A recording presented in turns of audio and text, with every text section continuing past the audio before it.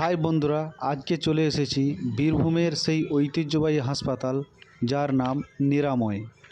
ছোট থেকে আমরা শুনে আসতাম নিরাময় নিরাময়, কারণ বড় ধরনের কোনো অসুখ, বিশেষ করে টিবি এই সংক্রান্ত কোনো অসুখ হলে তাদেরকে এই নিরাময় হাসপাতালেই ভর্তি করা হতো। সেটা আমরা শুনেছি বড়দের মুখ থেকে।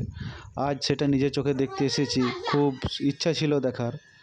দেখতে গিয়ে যদিও মনটা একটু খারাপ হয়ে গেল, তার কারণ এত নামি দামি হাসপাতাল কিন্তু সেখানে কোনো রুগী নেই। হাসপাতাল তো প্রায় বন্ধের মুখে, আর গাছপালা পাতা নোংরায় ভর্তি। কোনো স্টাফও সেরকম দেখতে পাইনি। সব রুমগুলোতেই প্রায় তালা মারা।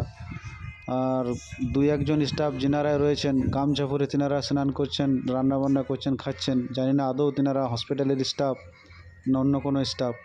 অবশ্য তেনারা আমাদেরকে সতর্ক করে দিয়েছিলেন যে এখানে ক্যামেরা করা যাবে না, ছবি করা যাবে না।